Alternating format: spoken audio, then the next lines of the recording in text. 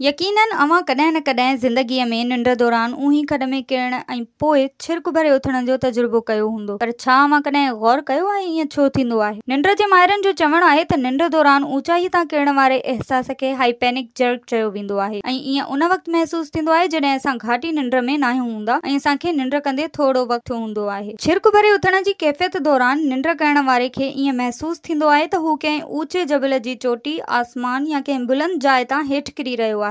इन जो को हतमी सबब त साम्हूं नाहे आयो, पर ईअं घणो करे कैफीन जे इस्तेमाल जे करे थींदो आहे। इन हवाले सां मुख़्तलिफ़ नज़रिया बि पेश कया विया आहिनि। हिक नज़रिए में चयो वियो आहे त ईअं तॾहिं थींदो आहे जॾहिं अवां वधीक थकियल हूंदा आहियो, बेचैनी या कंहिं दिमाग़ी दबाव जा शिकार हुजो, या वरी अवां निंड जी खोट जा शिकार हुजो। उन वक़्त अवां जो दिमाग़ त सुम्हणु चाहींदो आहे, पर अवां जो जिस्म दिमाग़ जी इन ॻाल्हि सां इतफ़ाक़ नाहे करे सघंदो। हिकु ॿियो नज़रियो इहो आहे त जॾहिं असांजा उज़वा सॼे ॾींहं जी थकावट खां पोइ राति जो सुकून जी हालत में अचनि था, तॾहिं ईअं महसूस थींदो आहे। इहो हिकु कुदरती अमल आहे जॾहिं त इन दौरान कॾहिं कॾहिं ईअं महसूस थींदो आहे ॼण अवां कंहिं ऊची जाइ तां हेठि किरी रहिया आहियो। सेहतमंद माण्हुनि खे इन कैफ़ियत खां घटि मुंहुं ॾियणो पवंदो आहे। जेकॾहिं अवां अहिड़ी कैफ़ियत में मुब्तला थींदा आहियो ऐं इन मां छुटकारो हासिल करणु चाहियो था त निंड खां अॻु चांहि ऐं कॉफ़ी समेत अहिड़ियूं शयूं इस्तेमाल करणु छॾे ॾियो, छो त इन्हनि में कैफ़ीन हूंदो आहे। कैफ़ीन दिमाग़ खे जागण ते मजबूर कंदो आहे। इन जे उबतड़ जिस्म ऐं दिमाग़ खे सुकून पहुचाईंदड़ तरीक़ा इख्तियार कयो। मिसाल तौर मुराक़बो करणु ऐं बिस्तर साफ़ सुथरो ऐं सुकून ॾियारींदड़ रखो। अवां खे ॿुधायूं त छिरक भरे उथण का गंभीर बीमारी नाहे, पर जेकॾहिं अवां सां ईअं वरी वरी थी रहियो आहे ऐं अवां जी निंड जी सलाहियत ख़राब थी रही आहे त तिबी माहिरनि सां राब्तो कयो।